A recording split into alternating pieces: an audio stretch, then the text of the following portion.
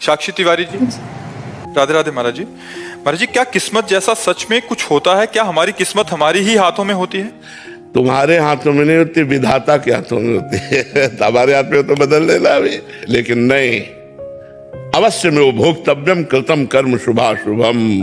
तुमसे जो पाप कर्म बने उनका भोग भोगो, जो पुण्य कर्म बने उनका भोग भोगो, और जो भजन कर रहे हो इससे भगवान की प्राप्ति होगी। नहीं, बड़े बड़े महात्मा जन आई हुई जो प्रारब्ध की मार है उससे बचा लेते, कोई ऐसा नहीं। सुनो भरत भावी प्रबल बिलख कहो मुनिनाथ, मुनि नहीं मुनिनाथ वशिष्ठ जी, जो नई सृष्टि रच सकते। हानि लाभ जीवन मरण जस अपजस विधि हाथ, ये विधाता के हाथ में, ये अपने हाथ में नहीं है। अपने हाथ में राधा राधा राधा राधा रटो, और दुख सहने की ताकत और आगे बढ़ने की क्षमता ये भगवान के नाम से प्राप्त होती है, भगवान की प्राप्ति होती है। महाराज जी, आपके श्रीमुख से बहुत बार महात्माओं का मतलब महिमा सुनी है कि उनके भजन के प्रभाव से उन्होंने क्या कर दिया। हाँ, देखो हम उसको इस रूप में देखो, हम आपको बताएं, जैसे आपके कैंसर है, अब आप हमारे बहुत प्रिय हो तो हम नष्ट कर सकते हैं। कैसे नष्ट कर सकते हैं? कि कैंसर की पीड़ा हमने ले ली, तुम जान नहीं पाए, अब हमारे एक फोड़ा हुआ, अब वो साल भर दर्द करता रहा, भीषण पीड़ा रही, वो तुम्हारे पूरे जीवन के कैंसर का कष्ट भोग लिए, पता नहीं चला, ना आपको पता चला ना समाज को पता चला, और आपको लगा बाबा के जादूगरी ने ठीक कर दिया। असलियत में जो संत जन किए वो ये किए, बकाया इस पर तो हमें विश्वास ही नहीं कि छू और ऐसे, ये सब बातें अवश्य में जो भगवान ने कहा है, हम आपको सच्ची बात कहते हैं, किसी की क्षमता नहीं है। बिल्कुल आप इस बात से एकदम क्लियर हो जाइए कि यदि कल आपको चबेटा लग करके टांग टूटनी है, गिरना है, तो आप नाम जप कर रहे हो तो टांग टूटेगी नहीं पर चोट पहुंचेगी, इतना हो सकता है। पर आप कल गिरेंगे। बचपन से बड़े बड़े महापुरुषों का संग किए हैं और महापुरुषों के शरीरों में पीड़ा देखी है, और जो इतने भजनानंदी के ऐसे छू ले तो तुम स्वस्थ हो जाओ, ऐसे महापुरुषों को कष्ट में देखा है। तब वो सब हम दिमाग में बचपन, अब हम 13 वर्ष की अवस्था से आज 56 वर्ष की अवस्था होने जा रही है, यही तो संशोधन कर रहे हैं। वैज्ञानिक एक विषय पे लगता है साल 2 साल में हल हो जाता है, यहाँ पूरा जीवन हो गया उसी को हल करते हुए। तो इस मार्ग में कभी पूर्णता नहीं होती, प्रेम में कभी पूर्णता नहीं, पूर्णिमा नहीं आती। प्रेम सदा बढ़ता रहता है पर कमी महसूस होती रहती है कि मैं अपने प्यारे को उतना प्यार नहीं कर पाता जितना प्यार करना चाहिए। मैं बहुत नीच हूं, उनकी अपार कृपा है, मैं बहुत अधम हूं, वो बहुत कृपालु हैं। बस यही जोड़ चलता रहता है, यही होड़ लगी रहती है। कभी ऐसा अनुभव नहीं होता कि मैं पूर्ण हो गया, ऐसा लगता है कि अभी छक के भजन नहीं हुआ, अभी वैसा भजन नहीं हुआ जैसा होना चाहिए। तो इसलिए हमें लगता है हम लोगों को फालतू की बाहरी बातों में ध्यान देना नहीं चाहिए। मृत्यु के विधान को, काल के विधान को, कर्म के विधान को कैसे कोई रोक सकता है? ये सब मजाक है, ये सब विनोद है, ये सब दिखावा है, ऐसा नहीं हो सकता। ब्रह्मास्त्र का प्रयोग मच्छर मारने में नहीं किया जाता, उसे भोग लिया जाता है और परमात्मा की प्राप्ति करनी हो। ये कोई खिलवाड़ थोड़ी मार्ग है, भगवत मार्ग कोई खिलवाड़ थोड़ी है। सुजल जी, राधे राधे महाराज जी। प्रभु जी, भोजन हमारे जीवित रहने का मुख्य हिस्सा है प्रभु जी, परंतु बुजुर्ग और आजकल के युवा घर में छोटी छोटी बात पर क्रोधित हो जाते हैं, भोजन फेंक देते हैं, घर का भोजन ग्रहण करना बंद कर देते हैं। क्या ऐसा करने से प्रभु जी? नहीं, ये क्रोध है, ये क्रोध जो है वो अशांति का मूल है, इसमें कोई लाभ नहीं है। भोजन फेंक देना तो बहुत ही निंदनीय बात है, क्योंकि अन्नम ब्रह्म, शास्त्रों में लिखा अन्न ब्रह्म है, जिससे हमारे जीवन का पोषण होता है। तो अगर हमारी रुचि नहीं तो हम पैर छू करके उठ के चल देते हैं, लेकिन ऐसे भोजन फेंक देना, यही तो बुद्धि भ्रष्ट हो जाती है, बुद्धि खराब हो गई तब ऐसा है। अब घर का शुद्ध भोजन नहीं पाओगे तो बाजार का जाके अशुद्ध भोजन पाओगे, उससे और बुद्धि खराब होगी। हमें लगता है क्रोध नहीं करना चाहिए। अगर हमें क्रोध करने के कारण ऐसा लगता है आज मैं उपवास करूं भोजन न पाऊं, तो आई हुई सामने थाली को प्रणाम करो और शांत भाव से उठ जाओ। जब आज भोजन ना पाओ, ये प्रक्रिया ठीक है, लेकिन भोजन को फेंक देना और घर में क्रोध का तांडव मचाना ये तो उचित नहीं है। कभी कभी हम एक हफ्ते 10 दिन के लिए भोजन ही छोड़ देते हैं, क्या भोजन छोड़ देना ही क्रोध का शांत हो जाना होता है? हाँ, ये भी ठीक है। हम इस बात पर तैयार हैं कि अगर आप गुस्सा मत कीजिए, लड़ाई मत कीजिए, आप अपने को कंट्रोल करना चाहते हैं, एक पर कहीं बाजार में मत पाइए, उपवास कीजिए, एक हफ्ते उपवास कीजिए, आपका पाप नष्ट होगा, आपकी तपस्या बढ़ेगी, आपकी पवित्रता बढ़ेगी, इसमें कोई परेशानी नहीं। जल पीकर काम चला लीजिए। अगर इतनी सामर्थ्य है तो बहुत अच्छी बात है, हम उसका सपोर्ट करते हैं, निषेध नहीं करते। पर जी पढ़ो, गुस्से को काबू करने के लिए नहीं, वो दूसरे पे प्रेशर बनाने के लिए कि नहीं, ये गलत बात है कि हमें दुखी देख करके हमारे परिवार के लोग दुखी हो, ऐसा नहीं होना चाहिए। हम अपने को कंट्रोल करने के लिए कर रहे हैं, ना कि किसी को दुख देने के लिए कि अब हम नहीं खाते हैं और सब कोई परेशान है, ऐसा भी नहीं होना चाहिए। सबको परेशान करने के लिए नहीं करना चाहिए, अपने क्रोध को समन करने के लिए कर लेना चाहिए। इसमें कोई बात, काम क्रोध के समन के उपाय हैं, तो अगर ऐसा उपवास कर लेता है तो कोई बड़ी बात नहीं है।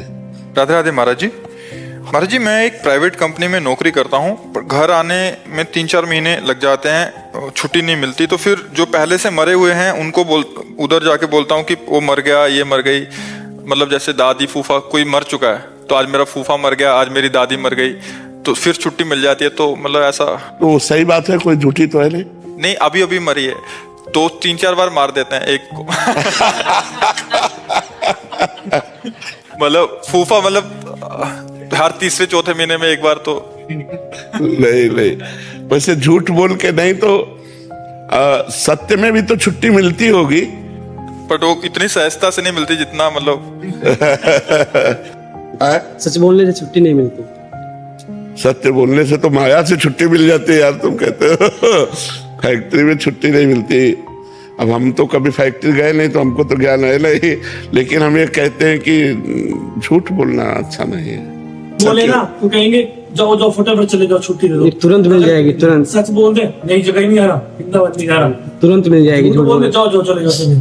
महाराज जी, हर 1.5 महीने में अगर बोले वृंदावन जाते तो बिल्कुल ही नहीं। आज भी आपसे मिलने के लिए आज ड्यूटी बोले, आज भी मैं झूठ बोल के आऊँ।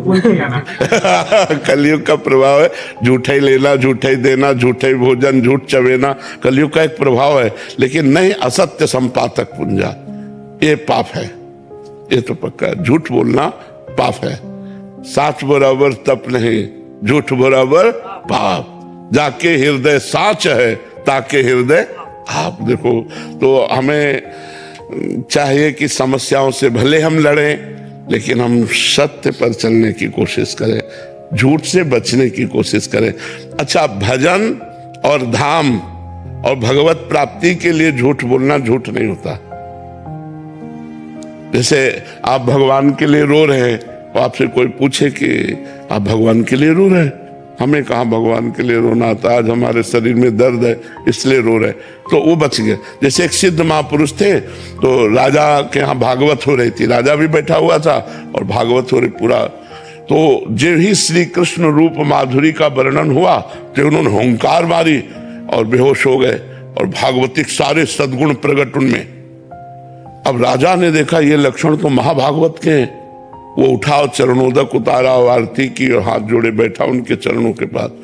जब वो भाव से बाहर हुए तो उन्होंने देखा कि राजा, तो उनका महाराज कैसे बैठे हो? तो उनका आप में अष्ट सात्विक भाव देखे प्रेम के, इसलिए मैं धन्य हो गया। तो उनका नहीं, मेरे अष्ट सात्विक भाव नहीं आते, मुझे मिर्गी आती है, मिर्गी आती, बच गए अपने को। तो कहीं कहीं भागवतिक छुपाने के लिए, भजन को बढ़ाने के लिए, अपनी महिमा को गुप्त रखने के लिए वो झूठ बोल देना निषेध नहीं। जैसे आप धाम आए हैं, तो ये निषेध नहीं कि आप झूठ बोल करके किसी कार्य प्रणाली से आप साधु समागम में आए, ये तो वो धन्य हो गया। सत्य से बढ़कर वो झूठ हो गया। आज हम बिहारी जी के दर्शन करेंगे, राधा वल्लभ जी के दर्शन करेंगे, वृंदावन की परिक्रमा देंगे, संत समागम, यही तो सत्य है, और तो सब झूठा ही है। हमें लगता है कि भागवतिक कार्यों के लिए यदि हम कहीं झूठ बोल देते हैं तो कोई परेशानी नहीं, लेकिन हम सांसारिक कार्यों के लिए झूठ से बचने की कोशिश करें। यद्यपि आज हम कह सकते हैं कि झूठ का बहुत बड़ा और सत्य का बहुत छोटा क्षेत्र रह गया है। हमें लगता है मोबाइल ये झूठ बुलवाता है, भाई हम तो इस समय वृंदावन में तो नहीं, आगरे में है, कल आके बात करेंगे वहां बगले वाले मकान में है। तो ये मोबाइल झूठ बोला, कलयुग का कुछ ऐसा प्रभाव हो गया है कि झूठ की बहुत ज्यादा चलन हो गई, नहीं हो गई? व्यापार में देखो तो हर कार्य में देखो, अब पता ही नहीं चल रहा कि आदमी सत्य बोलता कब है, नहीं पता चलता है। अब मानना ही पड़ेगा झूठ को ही सत्य, नहीं तो सत्य बोलना बड़ा कठिन होता चला जा रहा है, बड़ा कठिन होता चला जा रहा है। जहां सत्य पर हमें विश्वास है वहां भी झूठ का प्रवेश हो रहा है। तो हमें लगता है बचना चाहिए, हम लोगों को झूठ से ज्यादातर बचने की कोशिश करना चाहिए। जी आजकल तो इंटरनेट मीडिया आदि पे भी एआई का जब से ये ट्रेंड आया महाराज जी ऐसी ऐसी भी हो जाता है कि ऐसा लगता है कि सच में ऐसा हुआ है, क्योंकि इतना ज्यादा वो भी एक झूठ का मतलब कैसे आप काफी जगह ऐसा आपकी वॉइस को चेंज करके आप किसी का घड़ी का प्रचार कर रहे हो कि ये घड़ी बहुत अच्छी है, ऐसा टाइम देती है आपका समय सही हो जाएगा। महाराज जैसे कल आपका चल रहा था, महाराज जी 3 दिन से हॉस्पिटल में भर्ती है, समाचार वाले चल रहे थे, मीडिया वालों ने चला दिया ये 3 दिन से महाराज जी हॉस्पिटल है। 3 दिन से हम बड़ी जोर से एकांतिक कर रहे हैं। तो एकांतिक भी तो देख लेना चाहिए कि आज का एकांतिक पड़ा हुआ है, तो आप सब हम उसे गले लगा ले, तब असलियत में माफ किया। और ऐसा माफ करने वाला ही हृदय से प्रेम करेगा, द्वेष नहीं तो द्वेष बना रहेगा। जो हुआ उसको कैसे भूल जाए? और नाम जप से 1 मिनट में भूल जाते, 1 मिनट में उसको हम डिलीट कर देंगे। 1 मिनट में बड़ी से बड़ी घटना को डिलीट करने की सामर्थ्य होती है नाम जप में। जैसे ही नाम रुका, हाँ, तो फिर उसका अभ्यास करना पड़ेगा ना। तभी हम कहते हैं हमसे लाखों लोग मिलते हैं, एको फोटो नहीं रखते, सब डिलीट करते हैं। अगर डिलीट न हो तो यही सब हमारे दिमाग में बने रहे कि हमारा भजन क्या हो, ये इसी का भजन हो। एक जहां यहां से उठे पूरा सब डिलीट और डिलीट। परीक्षा मान ले उसको कि परीक्षा है। नहीं, परीक्षा नहीं, अपना कार्य है यार, अपना कार्य झाड़ू पोछा लगाकर फिट रखना अपने हृदय को। ये सब कूड़ा करकट थोड़ी जब रखना। कोई घटना हो गई, कोई गाली दे दिया, कोई हानि हो गई, कोई हमसे गलती हो गई, उसको तत्काल डिलीट करो, साफ करो, नाम जप करो, आगे बढ़ो। ये माया है, जरा सी चूक हो जाने पर गलती हो जाएगी। अब हाय हाय करना थोड़ी हमें पूर्व के भूत भविष्य के चिंतन में लग करके वर्तमान को थोड़ी नष्ट करना है। वर्तमान में राधा राधा कहते हुए उसको हटाओ। अगर इतनी सामर्थ्य नहीं आई तो नाम जप करो, देखो आ जाएगी सामर्थ्य। 1 मिनट में सब हटाओ, राधा राधा राधा राधा, होगा वही प्यारे जो राम जी को भाएगा। राधा राधा राधा राधा राधा। दृढ़ विश्वास भगवान में जितना होता जाएगा उतना बेपरवाह होते जाओगे, जितना बेपरवाह होते जाओगे उतनी मस्ती आती जाएगी, जितनी मस्ती आती जाएगी उतने मुक्त होते जाओगे। आज लोग मस्ती समझते हैं शराब पीने में, नाचने में, गंदे आचरणों में। मस्ती होती है विकारों का नाश करने में। जब विकारों का नाश करके स्वात्मानंद में स्थित हो, वही मस्त है। ये कोई मस्त है? मस्त तो वो है जो शरीर की भी परवाह नहीं रखता, जिसे मृत्यु का डर खत्म हो चुका है, जो भगवान के चिंतन में मस्त है, वही मस्त है। श्रुति जी। राधे राधे महाराज जी, राधे राधे। महाराज जी, सामने वाला जब गुस्से में है तो मुझे कई बार ये समझ नहीं आता कि मुझे क्यों गलत कहता है सामने। क्योंकि हम गलत किए हैं, आज नहीं तो कल, तभी हमें गाली पड़ती है, तभी हमसे कोई गुस्सा होता है।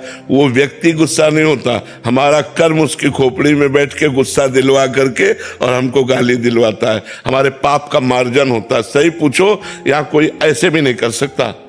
अगर ऐसे कर रहा है तो हमारा कर्म है और उसको प्रेरित करके वो ऐसे करवा रहा है। हम चूंकि वर्तमान को केवल देख रहे हैं,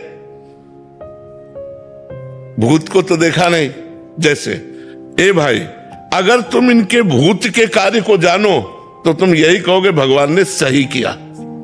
हाँ, भगवान ने सही किया, लेकिन हम भूत के कार्य को तो जानते नहीं। हम वर्तमान के दृश्य को देखते हैं। यहाँ जो भी हो रहा है, हम अपने कर्मों का भोग भोग रहे हैं। हम अपने अपने कर्मों का भोग भोग रहे हैं। जैसे पूर्व में हमारे द्वारा जो कर्म होता है वो अधिक रूप लेकर के हमें दंड देता है। तो इसमें कर्म विधान है, भगवान का नहीं। बोले भगवान ने उसको प्यार किया, नहीं, भगवान के वो भी प्यारे थे, ऐसा नहीं था। भगवान सब मम प्रिय सब मम उपजाए, पर कर्म प्रधान विश्व रचि राखा, और जो जस करे ताज फल चाखा। इसमें चूंकि कर्म हमारा भूत में होता है, भूत के पर्दे में, उसे हम देख नहीं पाते, और वर्तमान में जब दंड मिलता है तो लगता है भगवान बड़ा निर्दयी, हमारा अकेला लड़का था 20 साल का, उसको भगवान ने मार दिया, हमने क्या किया, भगवान की पूजा की, भगवान की आराधना की, भगवान ने हमारे साथ क्या किया। ये जीव भगवान पर अश्रद्धा कर लेता है, जबकि ऐसा नहीं है। वो बड़े कृपालु हैं, पर उसकी आयु ही कर्म के अनुसार इतनी थी। अब आप पूजा करो या ना करो 20 साल में हो जाएगा। तो ये बातें समझनी सत्संग के द्वारा कि हमको कोई अगर क्रोध करता है, कोई गाली देता है, तो कहीं ना कहीं वो हमारे किसी कर्म का मार्जन है, हम समझ नहीं पाते और नया कर्म कर बैठते। और अगर हम चुप सह जाएं तो हमारे कर्म का मार्जन हो जाएगा, पर सहना बहुत कठिन है जी। राधे राधे महाराज जी। महाराज जी, आप कह रहे हैं कि आपका प्रश्न है कि ईर्ष्या करने वाला इतनी ईर्ष्या क्यों करता है? क्या ईर्ष्या में व्यक्ति किसी का इतना नुकसान भी कर सकता है? वो व्यक्ति दूसरे का जीवन पूरी जो तरह नष्ट कर- ईर्ष्या करता है वो दूसरे का नुकसान तो क्या कर पाएगा, उसका खुद नुकसान हो जाता है, उसका खुद पतन हो जाता है। उसे कोई दंड मिलेगा? और क्या, उसका खुद पतन हो जाता है। जो ईर्ष्या करता है, मत्सरता करता है, मत्सरत मेरे से आगे निकला जा रहा है, इस बात से जलता है, तो वो उसका नुकसान कर पावे न कर पावे, अपना नाश जरूर कर लेगा। ईर्ष्या करने वाला अपना पतन जरूर कर लेता है, अपना नाश कर लेता है। इस ईर्ष्या की वजह से मैं काफी परेशान हूँ और आप ही नहीं परेशान हो, पूरा विश्व परेशान है। पूरा विश्व परेशान है। अपने घर में सुख पूर्वक रहने की व्यवस्था है, लेकिन पड़ोसी के घर में ज्यादा है, तो हम अपने घर में रहते हुए भी जल रहे हैं क्योंकि पड़ोसी के घर में ज्यादा है। हाँ, हमें अपने घर का सुख नहीं भोग रहे, हम पड़ोसी के घर के सुख का दुख भोग रहे हैं। ये ईर्ष्या सबके दिमाग में है। कंचन तजना सहज है, सहज तिया का नेह, और मान बड़ाई ईर्ष्या दुर्लभ तजना है। ईर्ष्या बहुत बड़ी चीज है, इसको समन करना भगवान की कृपा से ही होता है। और ईर्ष्या जो करता है वो दूसरे का अहित करे या ना करे, अपना अहित जरूर कर लेता है, अपना पतन जरूर कर लेता है। हमें चाहिए नाम जप करते हुए दूसरे के द्वारा ईर्ष्या जो हमारे प्रति की जा रही, हम उसको क्षमा करें और उसका मंगल मनाएं। लाल बाहू शाह जी। श्री हरिवंश महाराज जी। महाराज जी, आप कह रहे हैं कि आपके गांव में श्री जी कृपा से सार्वजनिक मंदिर बनवा रहे हैं मिलके, तो महाराज जी उसमें महादेव जी के मंदिर, पार्वती जी के मंदिर, भैरव जी के मंदिर, राधा कृष्ण जी के मंदिर हैं। इसके लिए महाराज जी थोड़ा सा मार्गदर्शन चाहिए था कि कोई गलती ना हो जाए, तो हम किस बातों का ध्यान रखें, उनकी सेवा बाद में कैसे? हाँ, बस सबसे बड़ी समस्या है कि मंदिर बनवाना सहज है, लेकिन मंदिर के देवता की बराबर पूजा होती रहे ऐसी व्यवस्था करना कठिन है। बहुत से ऐसे मंदिर हैं जिनमें जल चढ़ाने वाला कोई नहीं। आज का समाज जो है, हमें लगता है पूरे गांव में 1 2 4 ऐसे निकल आवे जो जल चढ़ाने के लिए रोज नियम से जाते हो।